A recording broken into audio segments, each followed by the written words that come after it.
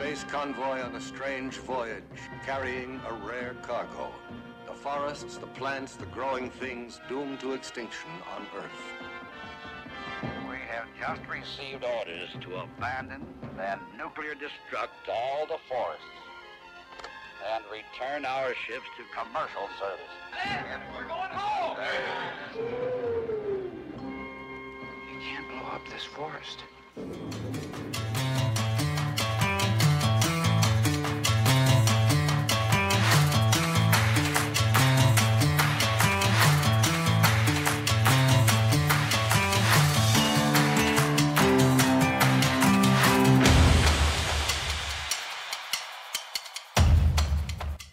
Hello and welcome to episode 55.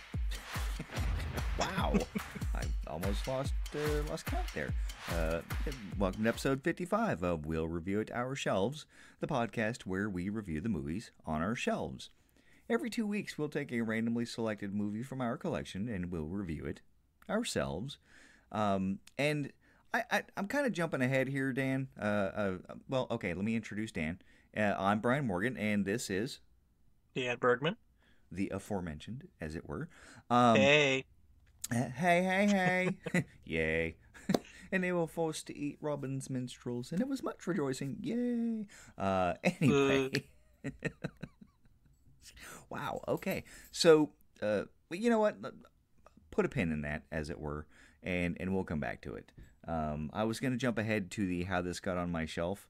But just for the sake of getting to that story, I'll be honest, before this movie popped up on the random listener suggestion, I didn't own it. For me, it was on the to get list. So it was kind of that halfway between, I don't own it and I own it. It was on the wish list. Okay, fair enough.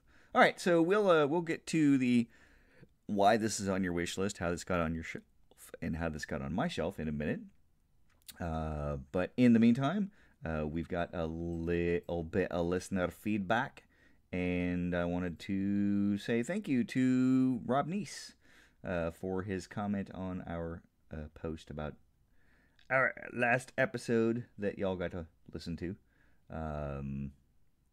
which was Midnight in the Garden of Good and Evil, although we are now, since we're recording this now, our next episode is out, The Hobbit, An Unexpected Journey. So he did comment on our Midnight in the Garden of Evil, in the Garden of Good and Evil. Wow, again, I can speak the language.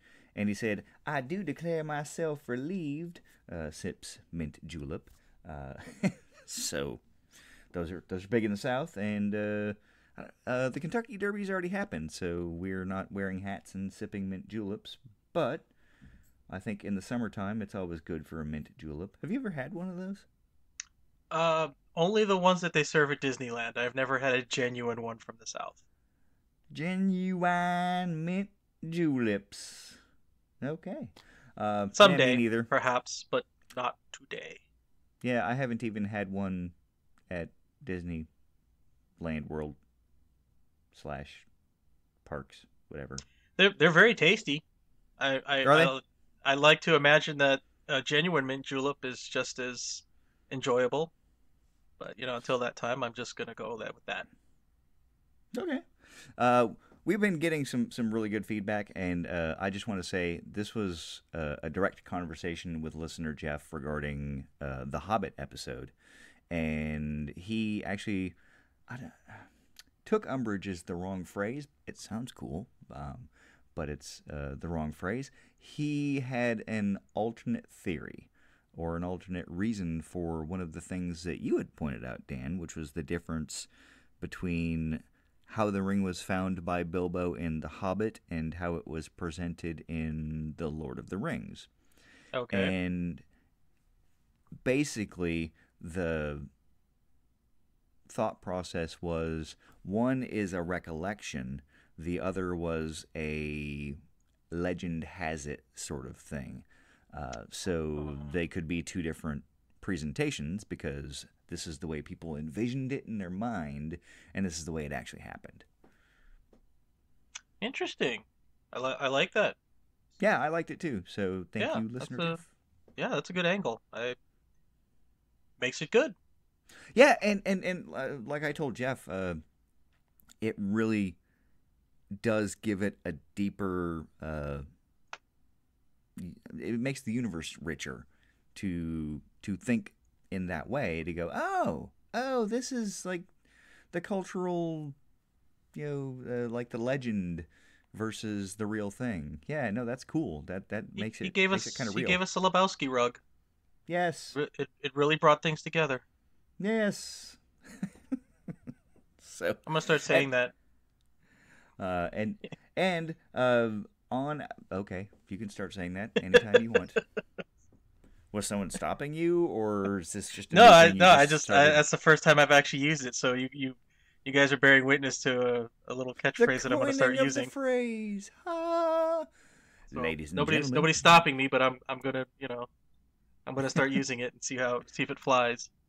Ladies and gentlemen, this is how phrases are coined. Because I've tried to start many catchphrases, and not all of them. I don't think anybody really took off. I have started a catchphrase in our house. It's not really a catchphrase. It's just a way of saying something that is different from the way people normally say it. And that is, normally people will say 6 of one, half dozen of the other. And I almost tripped over that because I don't say it that way. I say 6 dozen of one, 72 of the other, because it's the same thing. It's just in reverse. Mm-hmm. So I say that and people just automatically nod their heads and go, okay, yeah, because I think, honestly, that they hear 6 of one, half dozen of the other. Because I've been saying that for years, and a friend of mine was listening to me say this same thing, that I say it that way. And he's like, I've never heard you. Wait, yes, I have, and I just never noticed it. So, you can say things, and people hear what they want to hear, or what they think they hear, and they just run it through the filters, and it's like, oh, I've heard that phrase before. This is this. Let's move on. And it's not really that big of a thing in the conversation. It's just acknowledging that, yes, those two things are the same. But, yeah, I do stuff like that all the time. And it's gotten to the point where McKenna, who has been on the show a couple of times, can't say it the normal way. I know I said the N-word. I'm sorry. Fiend. But she is just so ingrained in saying it, 6 dozen of one, 72 of another, that to say it the other way, she actually physically has to stop, pause, think about it, and put the words in that order, and even then she'll trip over the words because it just doesn't flow as naturally. So, but, yeah, so there you go. Thank you for the listener feedback. I will spare you all the details of the car warranty and Social Security Administration account expiration voicemails that we've received. But we do encourage you to overpower the robo-spam calls with your listener feedback at the number you'll receive at the end of the episode. And also available in the show notes. Because, yeah, great.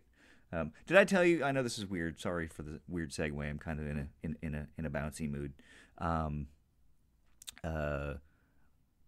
was chatting with listener Rodney, and he had commented that we are very passionate about what we're doing, and that's part of what makes the show exciting for him. He is, as we mentioned earlier, our number one Canadian listener. I guess that's listener feedback too.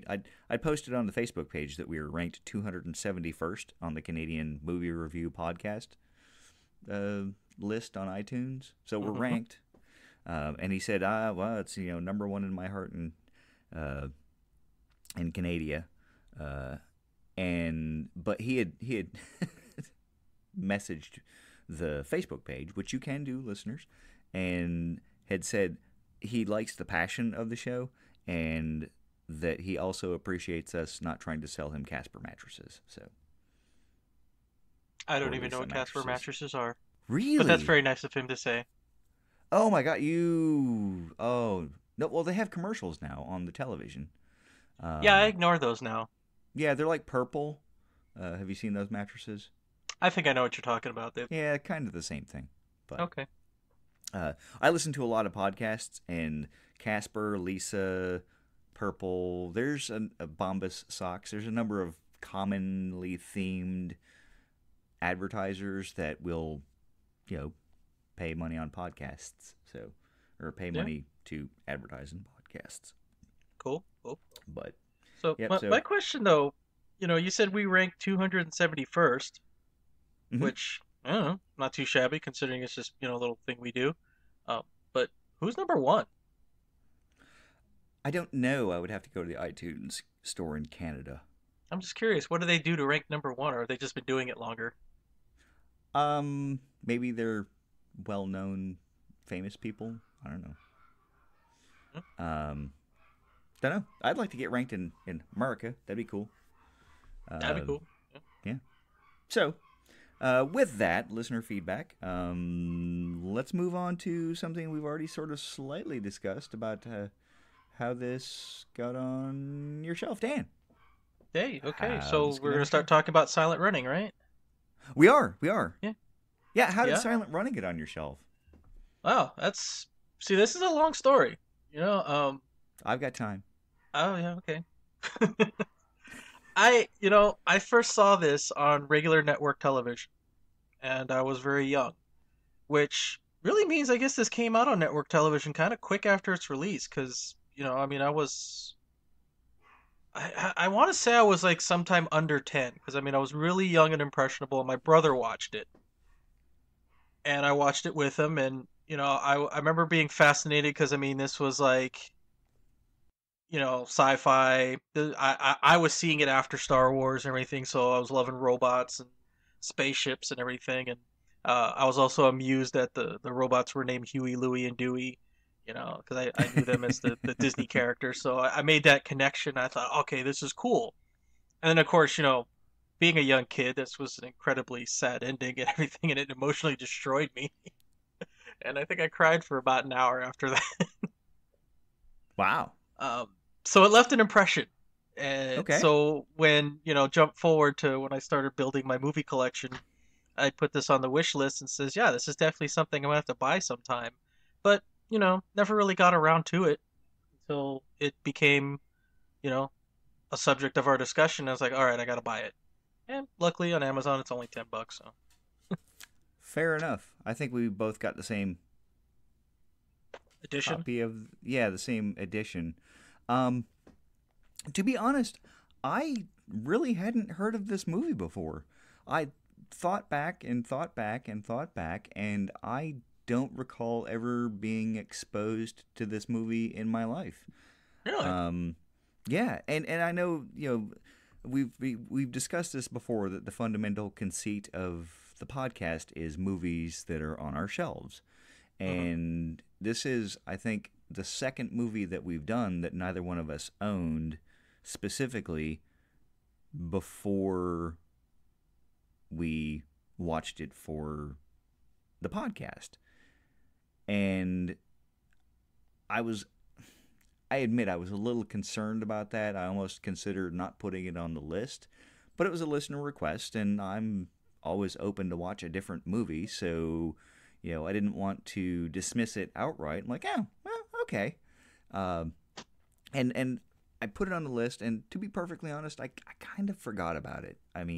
Not in the dismissive, hey, I put it on there, it's good. I'm like, okay, well, when we get to listener feedback or listener request episodes, if it pops up, I'll figure out what it was. It was kind of one of those, well, I'll just put that off until I need to do it. And lo and behold, when this was selected, I was like, oh, okay, cool. Now I get to watch this movie that I've never seen before. And I had thought that I'd heard of it. And quite frankly, I sort of assumed it was a submarine movie until I looked it up and said, oh, it's a sci-fi. Okay, great. That's an interesting connection there. I never thought of that angle. Well, hold on to that because we'll come back to that. Yeah, so when you said that you had seen it and that you were interested and it was on your wish list, I was like, okay, well then, this is definitely not something that we can just dismiss outright and move past. This is something that, Dan's going to own anyway, and I don't have an issue spending $10 to get a movie off of Amazon. Off of Amazon. So I ordered it, and it showed up, and I know listeners, I had to delay this recording a bit so that my package could get shipped by Amazon. But yeah, it showed up, and I watched it this morning, actually. And it's one of those things where I'm like, I feel bad because, I've always been a fan of science fiction, and this is the kind of movie that's offbeat enough where it would be right up my alley in the kind of cultish sense that I think this movie has developed, in that it has a cult following. At least that's what I've been led to believe by my research on the internet. Yeah, that's a fair assessment. Cult following in a sense that, it's not something that even, I don't say casual, but people who are maybe a few steps above casual sci-fi fans have not seen, or so a few of them I hadn't even heard of. I got a few sci-fi acquaintances at my job, and they say, "Oh yeah, I love sci-fi." It's like, "Oh, have you ever seen Silent Running?" Never even heard of it. Yeah, what are you talking about? Well, it's like if you mention Battle Beyond the Stars. Are you familiar with that movie? Yep, I remember that. Yeah, I've seen that. I've seen kind of a Ice Seven Pirates. Samurai-esque type. Yeah, Ice Pirates. God, there's another one that I can't think of. I watched a lot of movies when I was a kid. I just never saw this one. I love Gamera. In the same way that you like Godzilla, I need more Gamera. Gamera! Yeah, Gamera! Oh, sorry. Okay. Gamera loves the children. There's something about a flying turtle spinning through the air that just, gets me going in the morning. Which, you remind me, I gotta go and get that the Elvira on her movie Macabre did a Gamera movie, and they just released it on DVD, and I gotta go buy it. Oh, nice.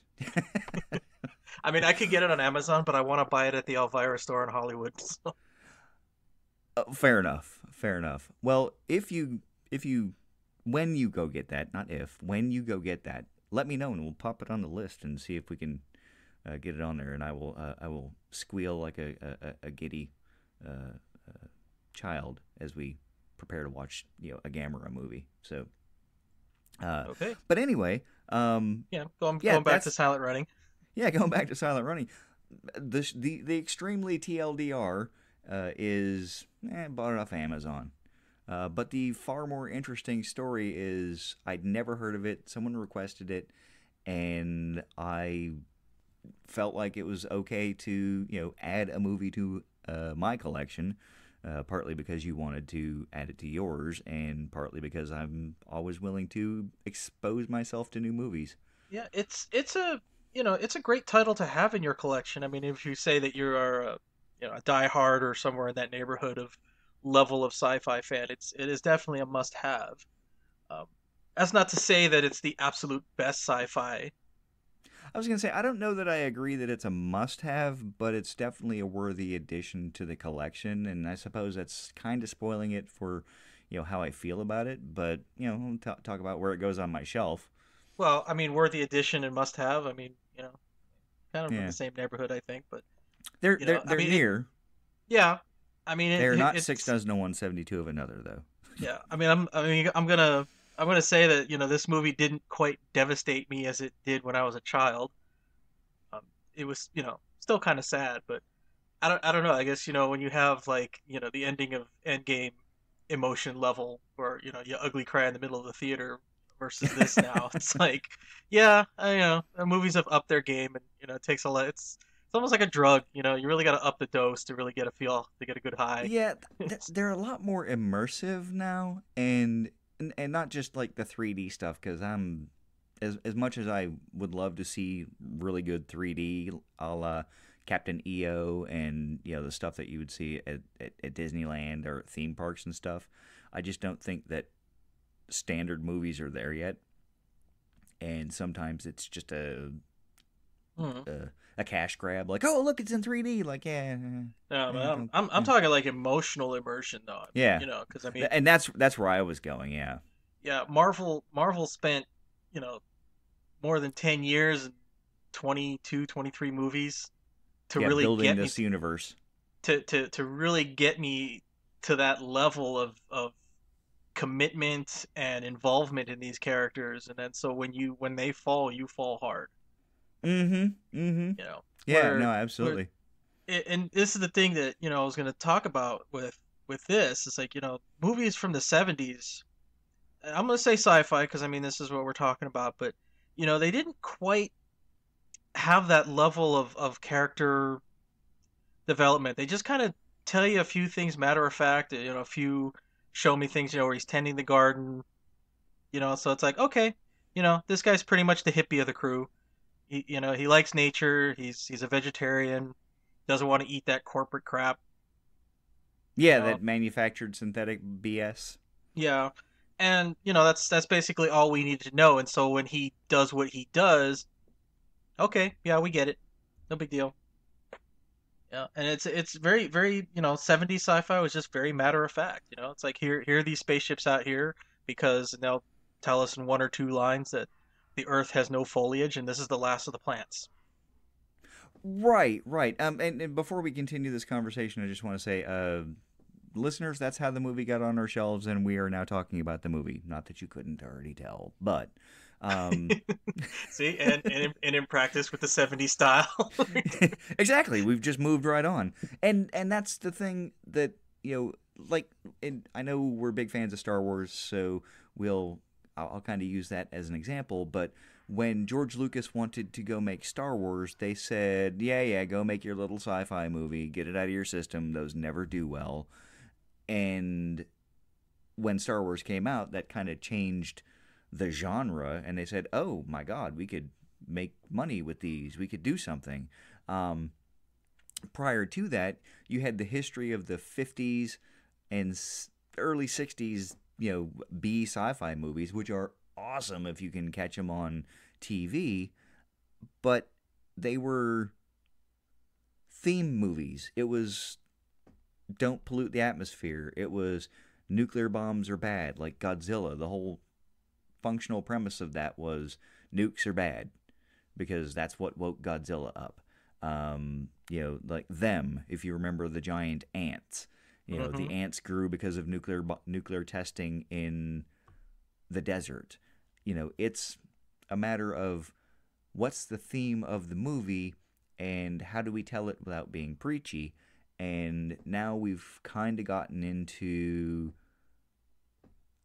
a theme with a little more heartfelt storytelling in this day and age. And I think the 80s kind of was when you started to see that shift.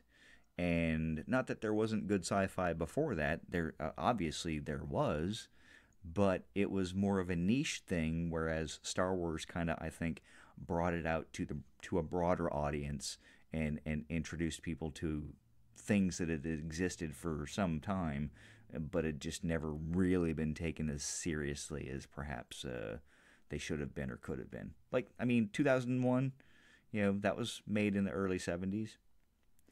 Or no, it was 60s, wasn't it? Late 60s. Find out.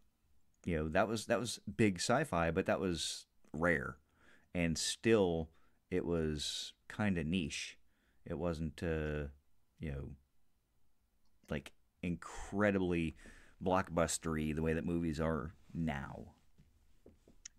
No, I think what I mean, sci-fi has always been an interesting vessel to talk about certain issues. Like you said, nuclear proliferation, gave birth to the Godzilla genre because it was a way for the Japanese to talk about their fears of nuclear proliferation, even though doing so directly was forbidden. So that was the way they got around that rule.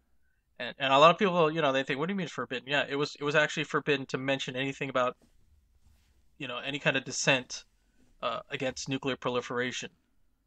And that was their way of doing it. Star Trek is famous for talking about a lot of social issues that people didn't want to hear anything about, but they, I mean, subjects of racism and equality and equal rights among the genders.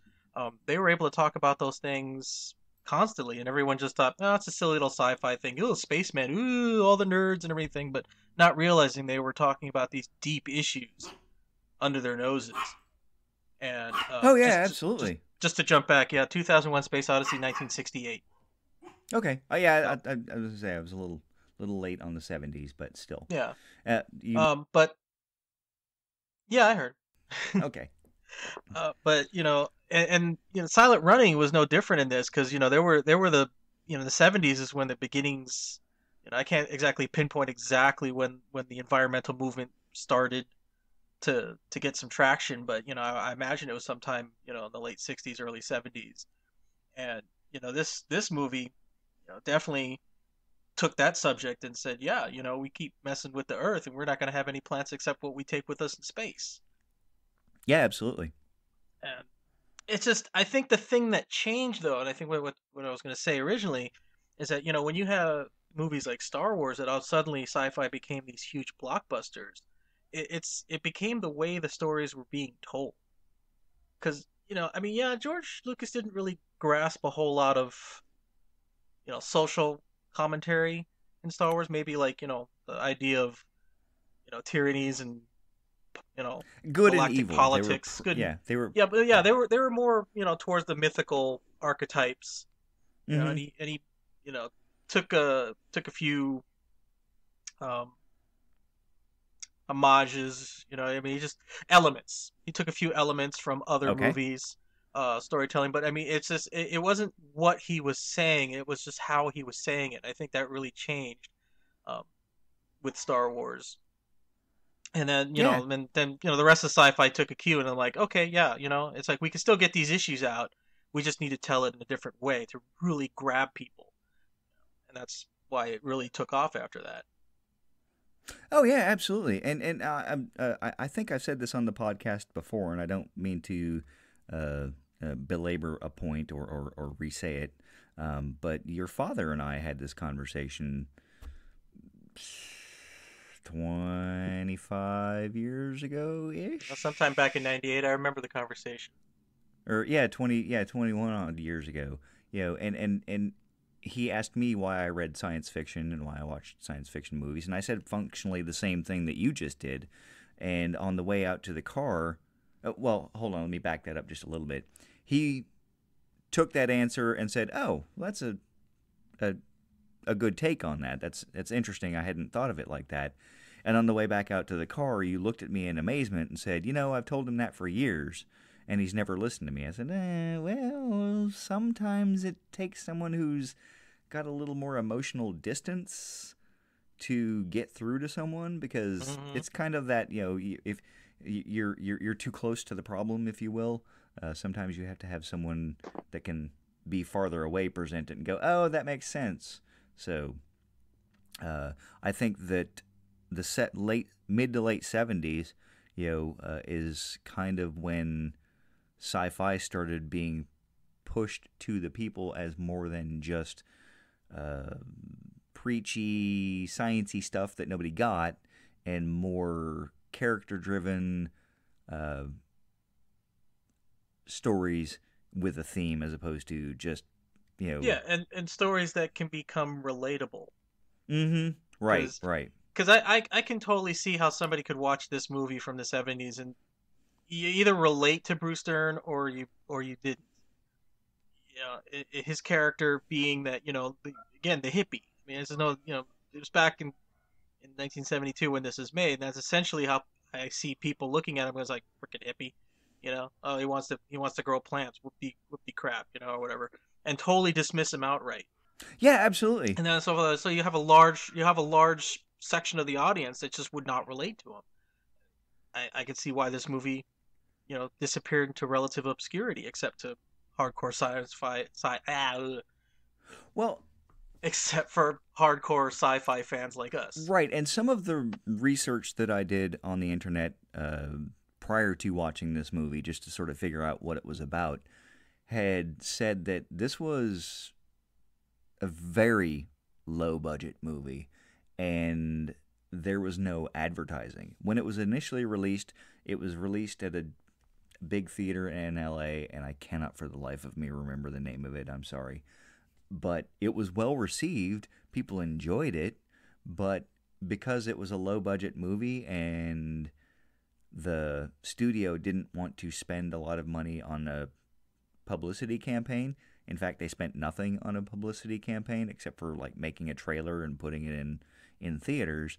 When it went elsewhere, it was not as well received, and it sort of withered and died on the vine. Now, if they had spent the advertising money, would we have a different feeling about this movie? Or not would we, because, I mean, it is what it is for us, but would society have had a different view on this movie, and would it been more well known? I'd have to say probably not. Just based on seeing that, there are a lot of big budget, high advertising movies that disappeared into obscurity just the same. Yeah, absolutely. I agree wholeheartedly. I don't know if the quality of this movie would have matched any hype that could have been added to it. I think it would still have the status of being like a cult classic. I'm gonna have to agree with you on that. I'm not sure what you were gonna say, so go ahead. I'm sorry. No, it's fine. I was trying to think of, and I was about to say, like, you remember? I don't know if you remember Flash Gordon. I have it on Blu-ray. Yes, yeah. That had a huge budget, and everybody saw it. And it was very popular at the time. But especially like Queen doing the soundtrack and everything, very popular movie, very, very big budgeted Flash advertisement. I'm sorry for doing that while you're talking. Mm-hmm. No, that's okay. Yeah, I mean, you mentioned it now, and it was a punchline in the movie Ted, because a lot of people were like, "What movie are they talking about?" Mm-hmm. And I'm like, "Oh my god, you don't remember Flash Gordon? Back in the '80s? Oh my goodness, Yeah, and it was so campy, but and this movie, I wouldn't use the word campy to describe it. Again, it was a low budget movie. They had, I think, $1 million is what the internet said. And in fact, when we get towards the end, I'll talk about. Well, let's just do it now. Well, I watched one of the extras. There were about 6, which I was kind of surprised. There were a lot of extras on this DVD, and a lot of interviews with cast, an interview with Bruce Dern, an interview with the director, and that was the one that I chose to watch. And he talked about, we only had $1 million budget, and when he says they had $1 million budget, he was like, yeah, we went to the store and bought a wetsuit. That is the spacesuit that he wore. It was a full-on wetsuit with a motorcycle helmet and some stuff glued on to make it look spacey. The coveralls that he's wearing are just a thermal suit, if I recall correctly, that they sewed some patches on and put some pockets on. There was nothing that they didn't do that wasn't super on the cheap. The robots. Yeah, I think they said the spaceships were just, makeshift models that they got their friends to work on. Yeah, and for on the cheap. And for those of you that grew up in the 70s and 80s that are, reasonably about our age, the agriculture ships from the television series Battlestar Galactica, not the Sci-Fi Channel reboot, but the original Battlestar Galactica, those are the same ships. That's what they used, was the ships from this as their agriculture ships. Recycled sci-fi. Man, I love it. Nothing wrong with that. No. But again, he was talking about how little of a budget they had. In fact, they rented the former USS Valley Forge Essex-class aircraft carrier that was in Long Beach, and all of the hangar shots that you see, like when they're driving through on those little go-kart things and running into all the boxes and crates and stuff, that's in the hangar deck of an aircraft carrier that they modified to suit. That's some pretty cool trivia there. Yeah, and it was the actual Valley Forge, which is why the ship bears the name. the American Airlines Valley Forge. I will say, first, when the movie first started and they pull out and you see the American Airlines logo, I'm like, wow, that's how you get product placement in your futuristic sci-fi movie. Nice. Yeah, so that's kind of funny, because that's one of the things I was talk about is like, the corporations having a presence in sci-fi, and it reminds me of this quote from Fight Club. I remember Ed Norton's character when he was narrating. He said, "When deep space exploration ramps up, it'll be the corporations that name everything. The IBM Stellar Sphere, the Microsoft Galaxy, and Planet Starbucks." Planet Starbucks. Yeah, I'll go there. But it's funny that Star Trek really didn't embrace that idea that there would still be surviving corporations in their future. But I mean, when you had like 2001, you had Pan Am, Yes. which of course didn't survive to see 2001. Ironically. Yeah, Blade Runner. A couple other ones that didn't survive. I mean, there was Atari and TDK. Mm-hmm. Was I think among the advertisements that I saw. But this movie had a few more that have survived. I mean, aside from American Airlines, still a viable airline. Coca-Cola, Dow Chemicals. I mean, they lasted quite a while. I don't know. Is Rockwell International? I don't even know if that's still around anymore. I thought they went out or they got absorbed. I believe so, but I'm not 100% certain. So Okay. let's just say they are. I know How about that? AMF. What was that? That was a sports. Yeah, that equipment. one. I know I bowl and I see AMF as like associated with bowling for some reason. I don't know why, but yeah, that one I was like, what does bowling have to do with polystyrene containers of dirt? I don't know. Just they probably just donated enough for the production, and they said, "Yeah, we'll put your name up." Yeah, to get that $1 million, y'all. Yeah. Actually, here's funny. I just looked it up. Rockwell International was defunct. Guess which year? 2001. Yep. Nice. I know not everybody's gonna laugh at that, but we're laughing. Well, the only person I have to amuse is me. So, But yeah. yeah, so I know it's just. Oh, go No, on. no, I was gonna say, yeah. I was to your point. Corporations in space, the sponsorship thing is amusing. Yeah, I mean, it kind of reminds me of something that Neil deGrasse Tyson was talking about. It was always the governments that actually start the exploration, because I mean he cited like, it wasn't businesses that sent Christopher Columbus. Whatever your opinion of him, my opinion of him is very low, but still, it was a government that sent him to find new trade routes and everything. It was their interests, because the businesses were like, no, we're making money now, we don't need you.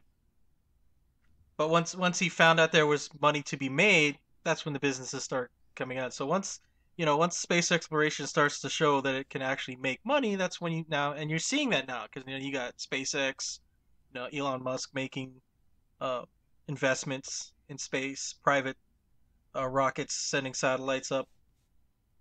It's not going to be long before you start seeing Planet Starbucks, the Microsoft Biosphere, or whatever they call it.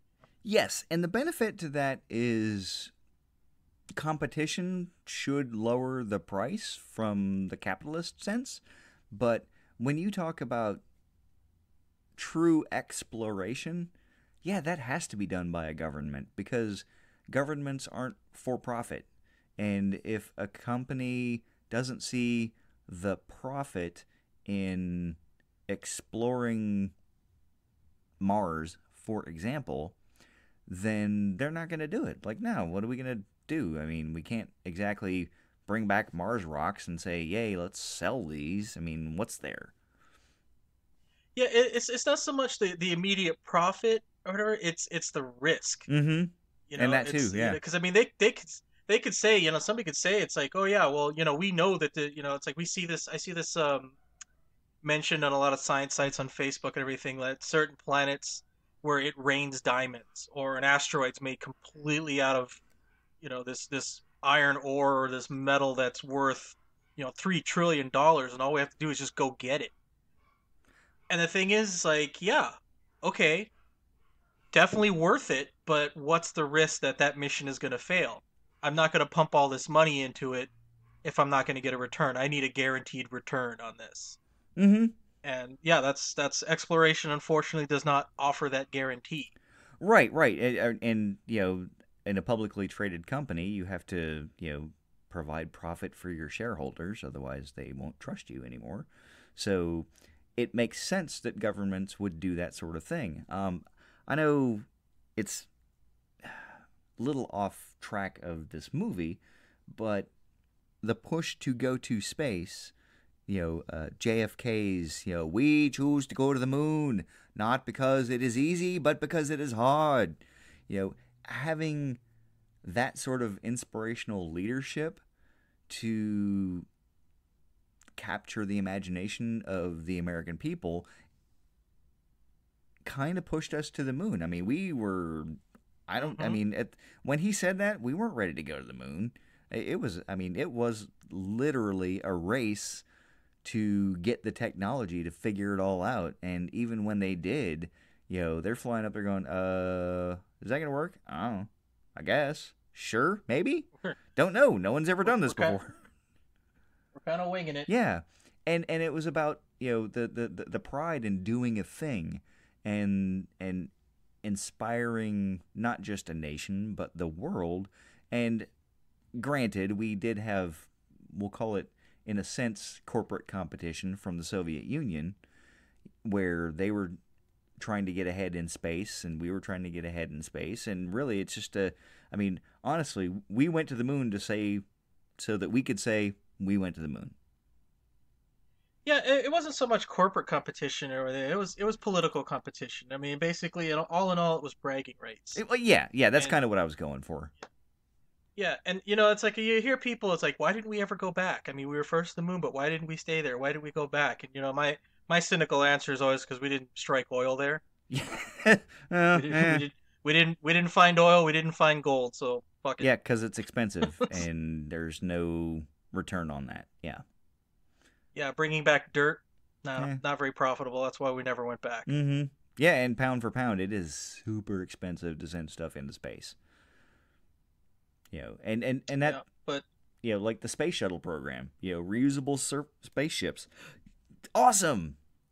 Oh yeah, that's expensive too. We're gonna get rid of that. So I'm just happy when I hear about things like Cassini and even Voyager, which was launched in the 70s. Finally going extra solar. That stuff's cool. I love reading about all of the missions to Mars, the mission to the sun.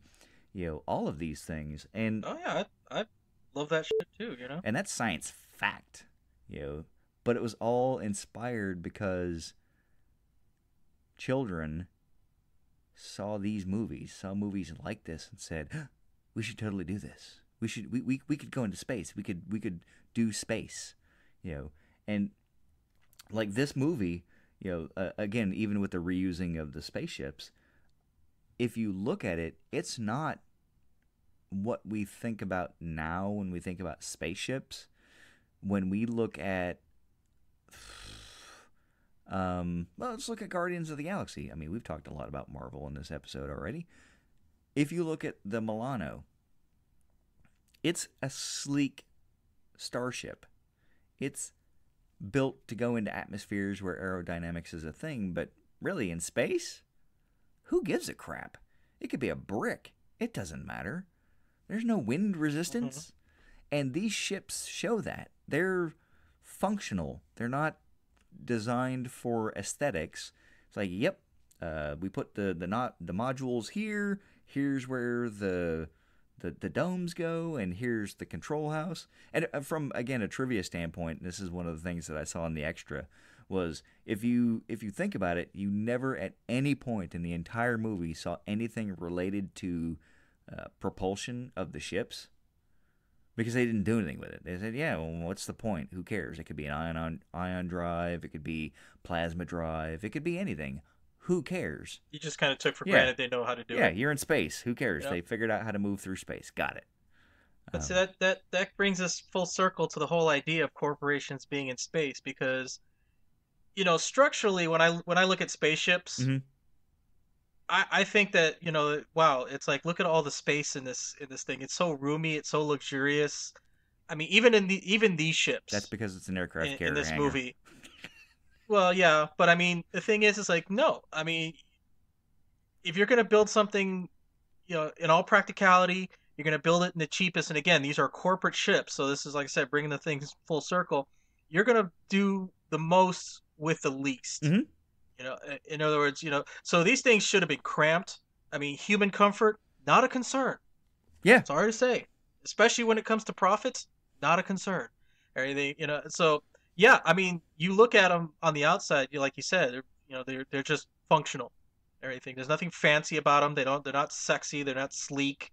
Everything. It's just, yeah, okay, this goes here, this goes here. It looks like they were built on a budget. I just wish the interior, technical wise, and the movie making would have matched that. Well, they only had I $1 mean, it million. was kind of bare. Yeah, which again, I don't know. I thought that should have fit right there. Low budget means claustrophobic. That's why I love the Alien so much, because Nostromo really kind of fit that in a sense. I mean, there were some roomy areas, but a lot of the ship was very claustrophobic, very bare bones. I mean, it was just basically it was like truckers in space, basically, as it was described. So that's what I liked about that one. But it's like, but like if you think of the cab of a truck, there's like, here's where you sit and drive. Here's where another person can sit and ride with you. There's the place where you can sleep. It's functional. There's room. Yes, you could put your arms out and swing things, but and move them around. But yeah, it's functional space. Vast, roomy, let's get these little freaking go-karts and drive around and race each other kind of room. But yeah, it's space travel, at least in the near future, is going to be how much crap can we pack into one spot and move it forward. And I know that speaks to both of our experiences in the Navy, especially you on a submarine. Yeah, and that was gonna be my phrase. It's like, yeah, if you were gonna make a sci-fi movie about space, deep space travel, and want to know how to make a ship look realistic, go look on a submarine. That's how they would do it. Yeah, it's like even if you watch Armageddon, there we go. Mm-hmm. They had a lot of room in their cargo bay on that shuttle, but they only had a small cargo, and it was built to put satellites in space. So I suppose that's reasonable. But even then, if you look at like the cockpit, it was full of gear, it was cram-packed, knobs, buttons, and you had a seat. And there you go, strap them in, get them out. It wasn't built so that they could hang out and rest and have a nap or whatever. It was like get your butt up there, go do your thing, come back. But speaking of submarines, so that's interesting that we bring that up, because we spoke about it earlier, and I said put a pin in that, which is a phrase I tend to dislike, but it works in this case. Silent running as a reference to submarines. Okay.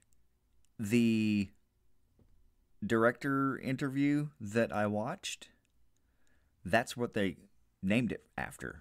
He told the story of submarines during World War II that would jettison an oil slick and some debris and then rig for silent running, so it would seem as though they had been sunk and they could hopefully slink away from the enemy. And he said in the movie, there's the point where Bruce Dern jettisons the debris and rigs for silent running when he's angling into, or he's near Saturn and getting ready to go into the upper quadrant. Shooting the rapids, as they so to say. Mm-hmm. Yeah, that whole scene was supposed to be reminiscent of a submarine going into a silent running mode, and hence the name of the movie. And it's funny. I didn't think of it as a submarine thing, but as you're explaining it, I'm like, yeah, okay, that totally makes sense. I could see that. Yeah, well, and you could see that because that's why they did it, which is pretty awesome when you think about it. They actually, it's one of those moments that, like you said, when you put it together or when somebody explains it to you, you're like, oh crap, that totally makes sense. And it explains where they got the name of the movie, and that's always kind of fun. When you find out why a thing was named what it was. It's interesting bit of trivia. Yeah. You know, Well, kind of. Oh, go on. I was going to say I'd actually read some of the trivia that I'm espousing from the director's interview on IMDb, but I got to say it was a lot more fun to hear it from the director himself and see it on that extra. So I was pretty thrilled with the extras that were in this movie or on this DVD. I know we kind of like to talk about those, but we don't do it often, and quite frankly, I usually skip that part. So it was nice to do it on this one. Yeah, I noticed. It's like that was one of the angles of creating this was also talk about, it's like, oh, this is something on our shelves and buying special edition DVDs and stuff. It's like, The other extra that I kind of wanted to watch was the interview with Bruce Dern, because he's really the only actor you can interview in this movie. There were 3 other human presences, and they weren't there for obviously the whole movie.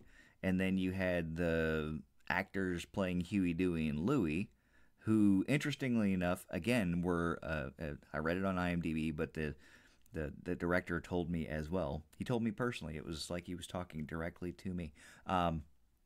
The Huey, Dewey, and Louie robots were played by double amputees. I had read somewhere about that. Yeah, so that was super cool. But again, there's like 10 people in the IMDb credits for this movie as far as acting credits. And the only one that really, is significant is Bruce Dern, because, well, he does what he does, and he ends up out there, alone in the universe trying to save the forest, which is funny because we haven't really talked about the theme of this movie much. But yeah, so I kind of want to watch that Bruce Dern thing, and I did want to talk about Bruce Dern. So I think you were going to say something, and I would like to give you an opportunity to say that. Well, I forgot exactly what I was going to say before, but since you are talking, you wanted to mention about the theme of this movie, it's just kind of I want to start that segue with a question. And in this day and age when we got a lot of reboots, remakes, whatever you want to call them, reimaginings, everything, it's I don't want to say it's needless to say, but I mean it's pretty obvious that the special effects and some of the ideas, this how to present sci-fi technology and everything, pretty dated. Yeah.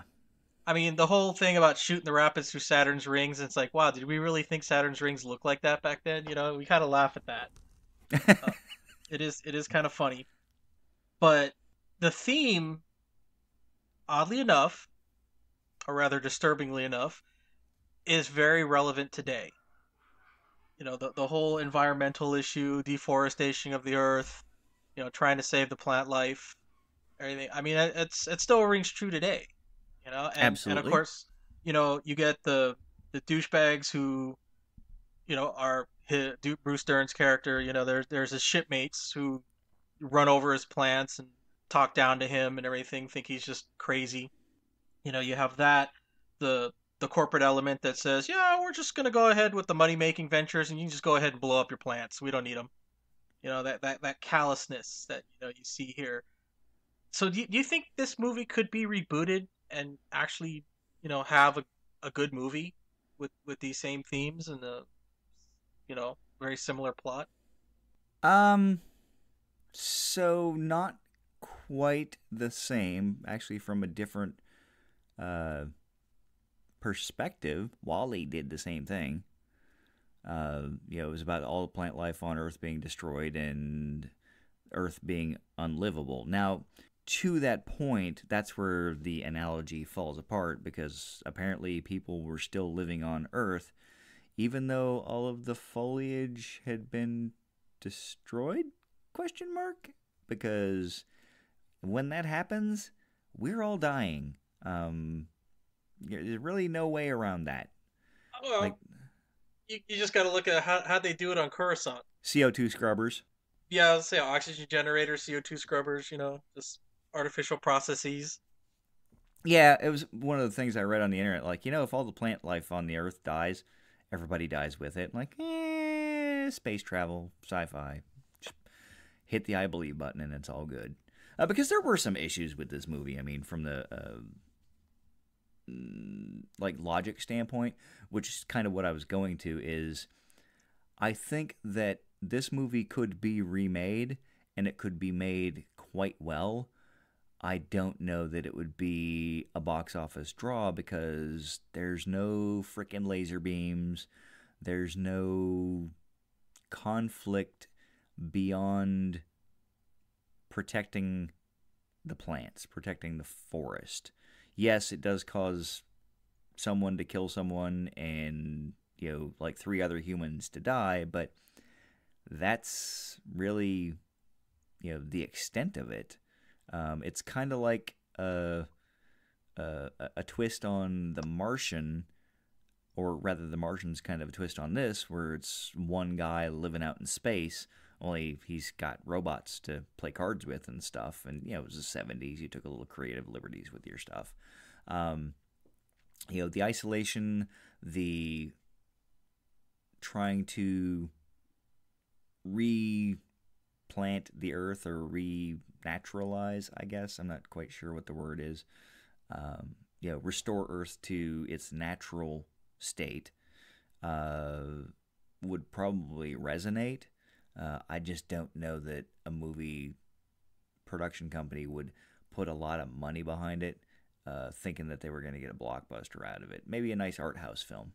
I'm gonna have to say I kind of disagree with you on that. I'm thinking of this 2007 movie Sunshine, which again the themes are not the same. I mean, they're still trying to save the Earth, but it's not because of environmental issues. They just, natural phenomenon. The sun's dying. They're going through space to restart the sun with a huge nuclear weapon. So the analogy is not a perfect match. But where it does match is you have an isolated crew in a claustrophobic spaceship. Yeah, there's no laser beams. There's no huge conflict going on. But it was a relatively well-received movie. So I think there's a market for it.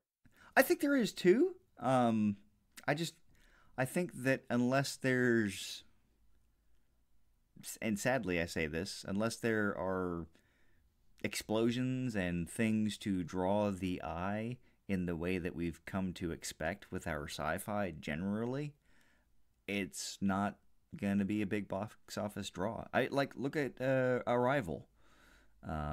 Science fiction. I think there was an explosion or two. There was some gunfire, but there were no freaking laser beams. It was very, very conversational. The conflict was trying to stop the laser beams from showing up, or the bullets and all that. And it was, I hesitate to use the word cerebral, but it was cerebral. It was about something bigger than, like, oh my God, they're here to kill us. Let's fight back. And it was well received, but I don't know that it was, the box office draw that, like, Star Wars was. The Force Awakens. I mean, that's, granted, space opera, I get it, the difference, but most people just go, it's sci-fi, whatever, it's cool. But there were laser beams and, obviously the attraction of Star Wars, but still, I don't know. I mean, I think you bring up a very, very good point. If you make a well-crafted movie, then it'll probably do well because, you can open it up to a wider audience, but I think something like this, remade today, might be seen as a little preachy, and I'm sure that some of the internet warriors would jump all over this, which, I mean, it's free publicity. Yeah, I'm about to say, it's like, having a bunch of internet haters doesn't really have too much of an effect. If anything, it has the opposite effect of what they intend usually. But, I think that if it's the way you tell the story and if you tell it well enough, I don't know. I think it could be a good one. I think if you craft it well and you have compelling characters that we would actually care about, I think this movie is ripe for remake. I would very much like to see that. I'd like to see somebody who is good at it try it. You know, I mean, I'm thinking Ron Howard. Think Attenborough. Think Lee. Sorry, wrong movie.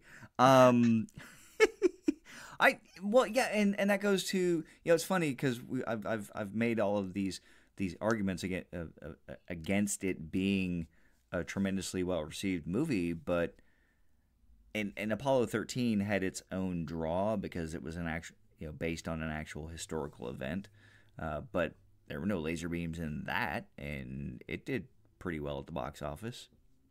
Yeah. So, it could. It just it depends, again, on whether or not it has a good marketing campaign or who makes it. And to that end, this movie was part of the experimental 70s right after Easy Rider came out, and it's something that's mentioned a number of times in interviews and on the internet. Easy Rider came out and someone said, "Oh my God, they made a lot of money off of this very low budget movie. Let's try that." There were like 5 movies that were all sort of in that genre, in that vein, that were all put out on a shoestring budget, and this is one of them.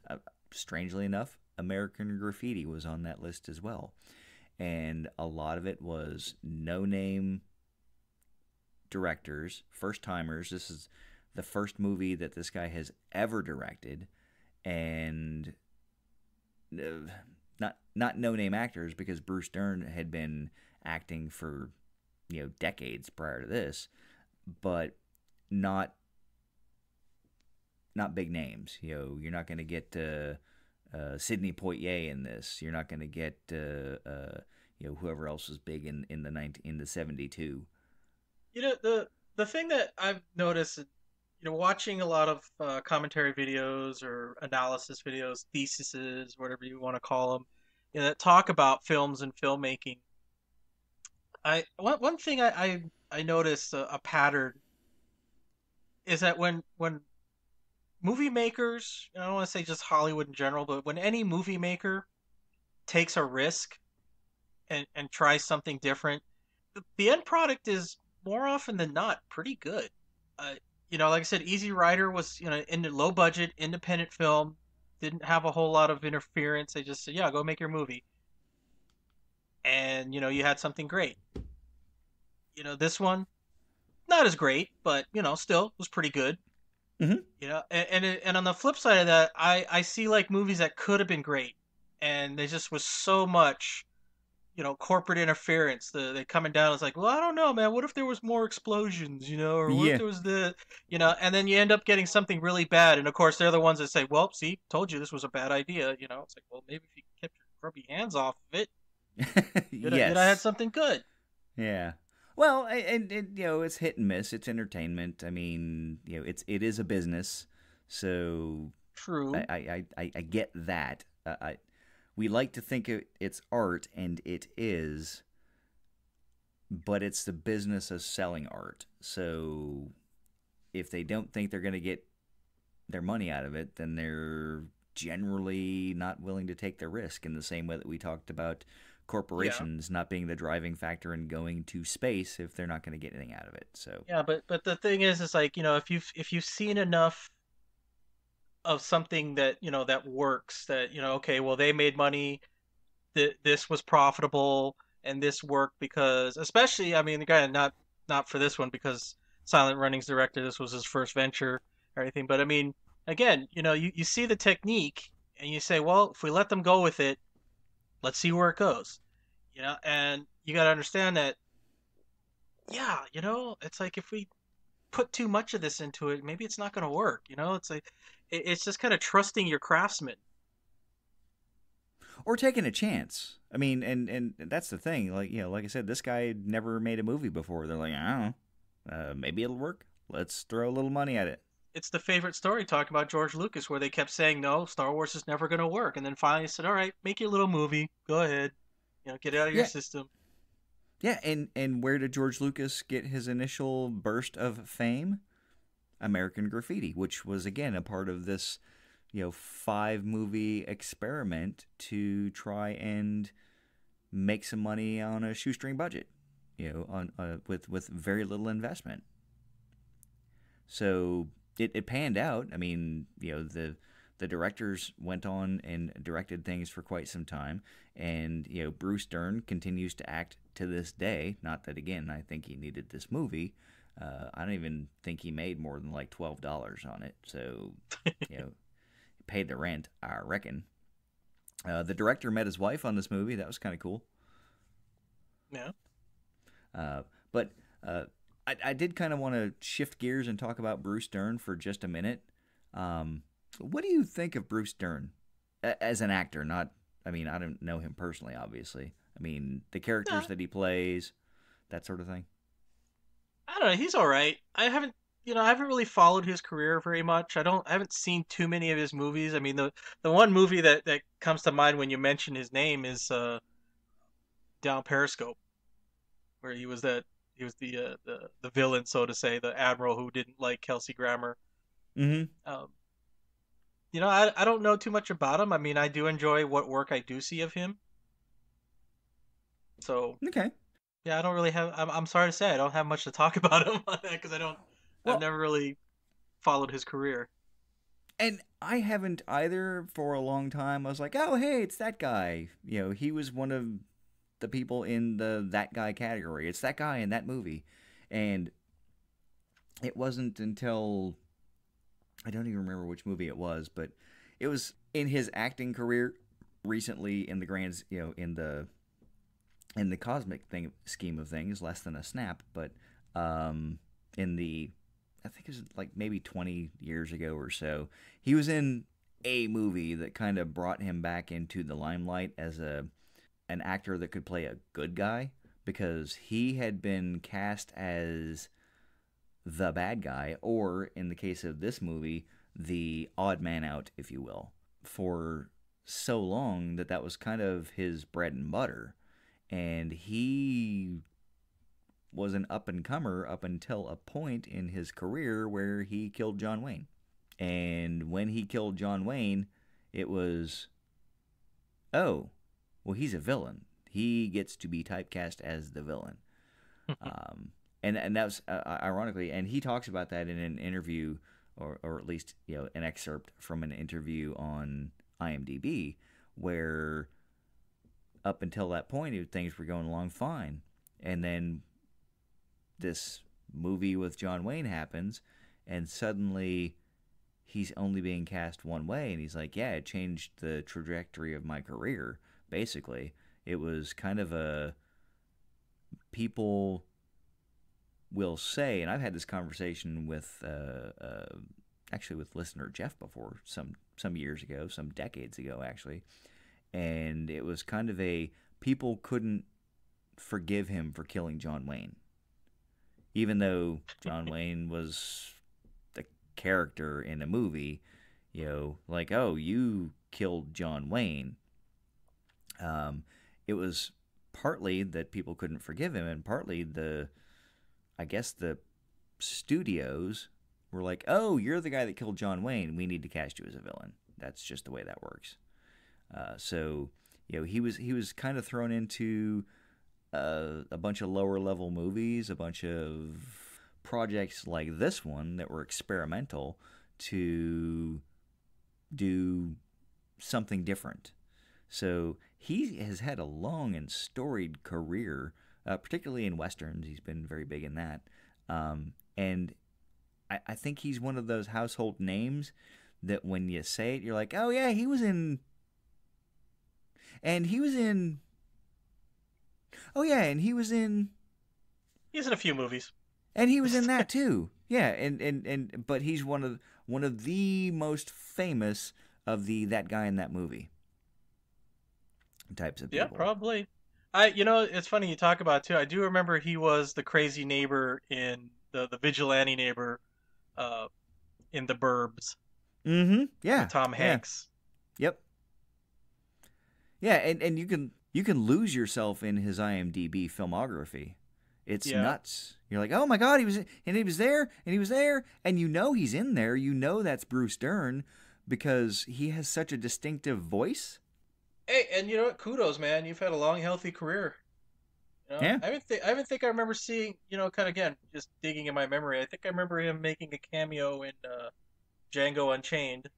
He was in there for all of 10 seconds or something like that.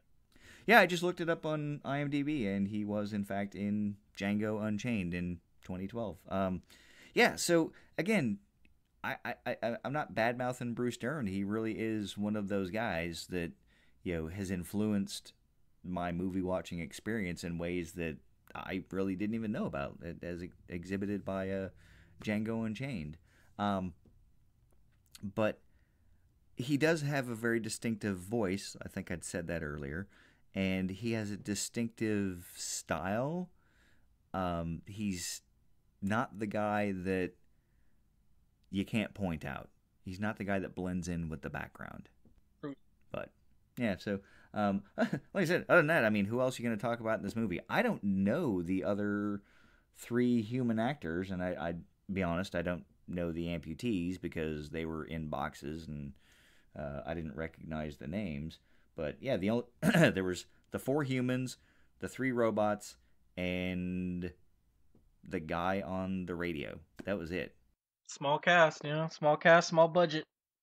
Yep, but it did what it needed to do. And I gotta say, one of the things that I did like about this movie, well, aside from the fact that Bruce Dern looked directly at a nuclear explosion and didn't go blind, I didn't like that part. But when they exploded the domes and ultimately the ship, the explosions were circular or spherical. I mean, I assume they're spherical, but they were circles, and that's actually kind of cool because that's the way it would work in space. I don't know if they put that level of effort into it, or there's like, yeah, it's an explosion, make a circle, we're good. Or if somebody thought, well, it's space. I mean, there's nothing there. Things aren't going to go jutting out. It's a nuke going off. Nowadays it would be, this, CGI'd, wave effect with a ring coming out from the equatorial area. Yeah, I was about to say, yeah, that was flying out. That was that I don't know about this movie, but that was definitely something they addressed. And I remember watching a making of Star Wars documentary, and somebody specifically said when a Death Star blows up, it's not gonna go up, down, or it's in space. They knew that for that film. And I remember, the technique, they said, let's just film it from below, so we'll catch it, all the explosion going out and towards us. That'll make it look like it's in space. And I thought, yeah, that's perfect. Don't mess with that. And what do? They mess with it, put that ring around it and everything. Well, it looks cool. It's not. Yes, yeah, you're kind of killing me, George. And it was the same. It was the same thing with Star Trek, The Undiscovered Country. Where Praxis explodes, it's like a singular wave, and he's riding it like it's a tsunami, and it's just like, no, that's not really how that works. Can you, and it's almost, you think Star Trek, you expect better out of them, but whatever. Well, it wasn't like Star Trek was completely 100% scientifically accurate. Yeah, but I'd like to think that even if they just said, yeah, circle's the easiest thing to it's an explosion, let's just do the circle. And then somebody says, wow, that's really accurate. I was like, it is? I mean, yeah, okay. yeah. We were totally thinking about that. We totally had this on lockdown. We meant to do that. Yep, that's us. All us, yeah. Yeah, but then when you get to some of the other special effects, like the blood on Bruce Dern's leg after the fight. Oh, that was 70s limitations. Oh, yeah, that was. I've seen a lot of 70s horror movies that they had the same supplier. So. Well, in the 50s, in the black and white movies, they just used chocolate syrup. Oh yeah. Yeah, because it was very effective. It's tasty. But, delicious, nutritious, looks like blood. Yes, I don't know about nutritious, but it's delicious. But yeah, so. I I mean, I don't know. I mean, you know, it's surprising. I wasn't expecting to have this much to say about this movie, but I enjoyed it. I think there was a lot of Yeah, it's an easy stuff to watch. talk about. Yeah. It's a relatively short movie. It's only an hour and a half. Mm-hmm. You know, so I mean, yeah, I mean, especially if you know, like to look into themes and things like that, this is not a bad movie to watch. I Yeah, just have, oh, go ahead. Sorry. well, I was gonna segue into one other thing. What were you gonna say? Oh, I was gonna say, I was gonna segue into one other thing, and what you were going to segue into corporate Well, greed. well, I was gonna say, you know, it's like I was gonna segue into it's like well, one of the themes though too. It's like you know when you didn't expect this many things to talk about. There was one other thing I noticed while watching this film, and it's like they're playing cards, which makes me wonder in sci-fi, is that kind of a universal thing? Because it seems like in the future, Star Trek, they played cards. Star Wars had their own version of cards, but they played cards. Battlestar Galactica, the old 70s one, I don't know about the new one because I never saw the sci-fi series, but they played cards. Yeah, they played cards in the new one too. Did they? Okay, so, you know, is cards kind of a universal thing? I guess it harkens back to ships, you know, to the Navy nautical tradition. I know it's funny because people don't play it anymore. Really, you'd be hard pressed to find someone that plays cribbage, but for a good long time, cribbage was associated with sailors and the Hmm. Navy, and you're like, oh, did you play cribbage while you were out there? Like, no, couldn't find anybody to play cribbage with. It was big on Pogie when you know we even had whole cribbage tournaments. I never got into it. Oh, I played cribbage with my grandmother when I was growing up, and I mean, I got pretty good. Never found anyone in the Navy that I could play with. It's, you Interesting. know, I think it was kind of sad. It was like you hear these stories of, you know, from old salts about like, oh God, we played cribbage, penny a point, blah blah blah blah blah, and I don't think you could, you know, swing a dead cat and hit somebody that could play cribbage. You could probably swing an aircraft carrier and find like three people. Interesting. Yeah, but well, that was not what I was expecting you to talk about. Yeah, I think again that harkens back to ships and sailors and Yeah, because it is weird that sci-fi, you know, they always seem to pick something old and say that it perpetuates. Because you notice in Star Trek, they almost never have any music that the only way I can say is like they don't have any rock and roll.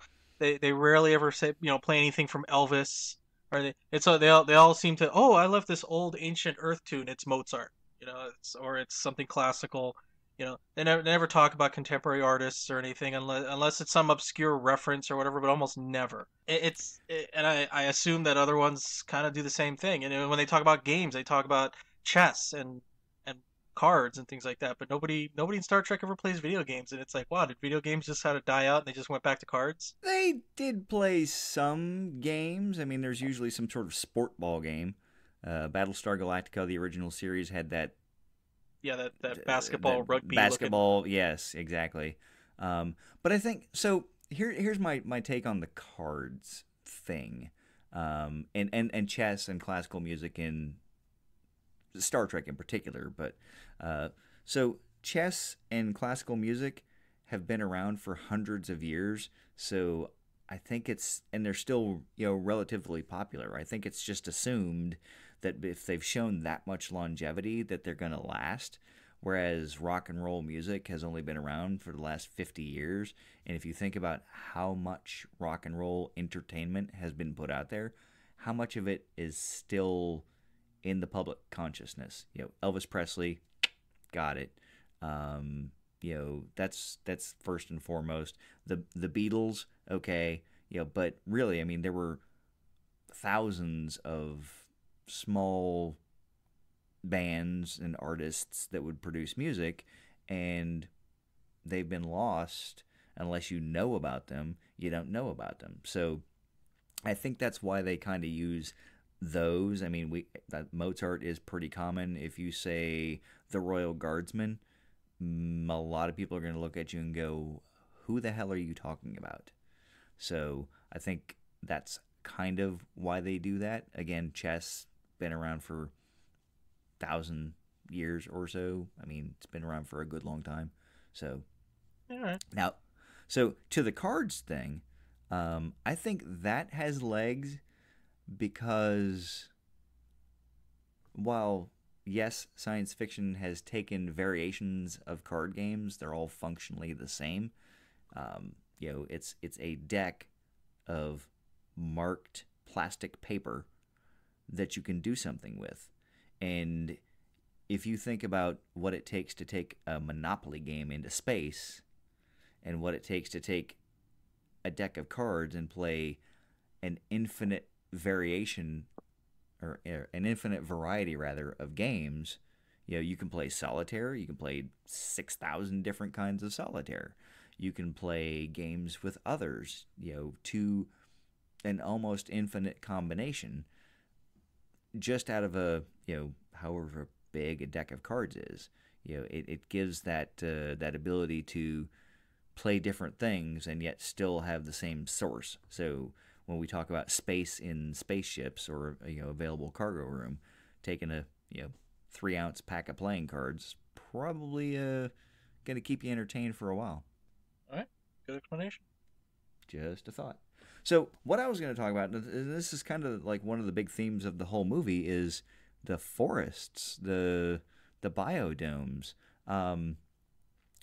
Reasonably scientifically accurate. They actually went to a dome in St. Louis that had a forest in it that they were growing things in. They didn't shoot on location because they couldn't afford it. So they did all of the forest shots where Bruce Dern is walking and swimming in that filthy water, which I would have thought would have been cleaner, but that's neither here nor there, was all shot in a hangar at the Van Nuys airport. So it was all staged and done as inexpensively as possible. But did it, I guess thematically, does it make sense? Do you think that if all of the plant life on Earth has been destroyed and you've got there were at least 3 ships with three domes at least? And it looked like they each had about 6. Okay, so 6 domes. So that's 18 domes with, plants, rabbits, lizards. I mean, it had life. It was teeming with Earth-based life. Do I think that's enough? No, I don't. I don't know if you remember a movie called Titan. Was it Titan AE? Titan AE? Yeah, it was the cartoon, the animated movie. Yeah. Yeah, the animated movie. That whole ship was a repository of DNA from life on Earth to seed. And even then, I read articles saying that if it's just singular examples of every species on Earth or whatever, it's not enough, because there's no biodiversity. There's you need that and everything, and then I mean the whole thing about plants in a dome too, and it's like, now granted, I didn't think this then. I don't think they did then either. We don't have 2020 hindsight and everything. The whole plants in a dome in a spaceship wouldn't work in the purest sense, because I was reading an article saying that they tried to grow trees in an isolated biosphere, and they kept falling over. And they they couldn't understand why, and they realized it's because there's no wind in here. They need wind to to build their strength, because to build their muscle, as it, so to say, to be strong trees. And if they don't have that, so there's that and everything. And I don't know. To answer that, I think it's just, it was the ignorance of the time. Sure. And I'm not saying that was a horrible thing, and I don't think we did it for any malicious reason. And yeah, we just didn't know any better. I mean, we were still growing. We were still figuring things out. And when it came to portraying that stuff in movies, we didn't have all the information. Again, I cite the scene of going through Saturn's rings. We just didn't know. Yeah, we hadn't been there yet. So the theme, though, I think it was good because okay, yeah, this is what they're thinking is going to save the planet, or what he's thinking is going to save the planet. We need to save the vegetation. So the idea is in the right place. Hmm. Execution, that's why I think this movie is ripe for a remake, because we do know better now. We can make them more technologically elaborate and maybe accurate. I think visually it could be really, really neat. Yeah, no, I agree. One of the things that I was thinking about while you were talking was if they built the story around the concept of farming all of these things out in space so they could get the seeds. So he's eating the cantaloupe. He takes all the cantaloupe seeds and puts them in a space. So when they come back, they have billions of cantaloupe seeds. When they come back, they have, scads and scads of acorns. They can plant trees. You're right. The biodiversity thing is going to be an issue. It's kind of like an ark in that, they only seem to have 2 lizards. So maybe Noah showed up and repopulated the earth with the 2 lizards. I don't know. But Yeah, you got a Noah's Ark scenario. You got a lot of incest, yeah. and that's not gonna Uh, work. so from that standpoint, okay. I think that you could make a compelling story about conservation of the planet, like we destroyed it, now we're trying to save it, and then, oh, by the way, the corporate interests came in and said, yeah, you know what, saving the planet is not really worth it. Come back here, we'll start shipping some stuff and making some real money, because those guys were, for all intents and purposes, truckers, kind of like aliens. They were truckers in space. They were just supposed to be lugging cargo from one joint to another, and they got stuck on this mission, which is why, the majority, 3 out of 4, were like, oh, God, this is so stupid. We're not making any money. I mean, we're getting paid to be here, but, we don't get any bonuses, blah, blah, blah, blah, blah. And you got the one tree hugger, which is 25% of the population, and he went a little mad, but it's one of those things where you could make a compelling theme story and really sell it. I don't know that that's what the public is hungry for right now. I think some people would watch it. I just don't know if that many would. I don't know. Like I said, take a risk. Sure. Well, no, I agree. Just like they did with Word of this movie. mouth, word of mouth might get around and say, "Hey, dude, this might be." Again, if it's done right, they could say this is a good movie. More, they'll tell their friends will tell their friends, so on and so forth. You never know. And that's how we're watching it. So this was made in 1972, 72. Yeah. As old It's as I am. 2019. Yeah, it's 2019. It's 47 years old, and we're still talking about it. Now, granted, it's a small number of people still talking about it, but it's on our radar. And I'll tell you, again, that goes back to corporate interests. If it weren't for the fact that, home video came out into the universe, VCRs, DVDs, Blu-ray, all that kind of stuff, we wouldn't be talking about this because it would be long forgotten. Yep. So I will say that the fact that we're still talking about it is awesome. The fact that it's not well known, okay. I mean, it's a movie. Yeah. Well, that's the thing too. I mean, even Shakespeare has a bunch of works that nobody really knows about yet. Mm-hmm. Yeah. And the only other thing that I actually have to say about this movie, and it makes me sad, is I don't remember who suggested it. I think it was Rob Nease. In fact, you know what? It was Rob Nease, our Canadian listener. And I do want to say thank you for the listener suggestion, and thanks for putting it out there where we can watch this. And again, like I said, I'd never seen it before, so I just it makes me happy that we have listeners that will suggest things that are not just blockbusters, that that are things that are a little more obscure sometimes. So that's all I really have to say. There you go. All right. So, did you have anything else?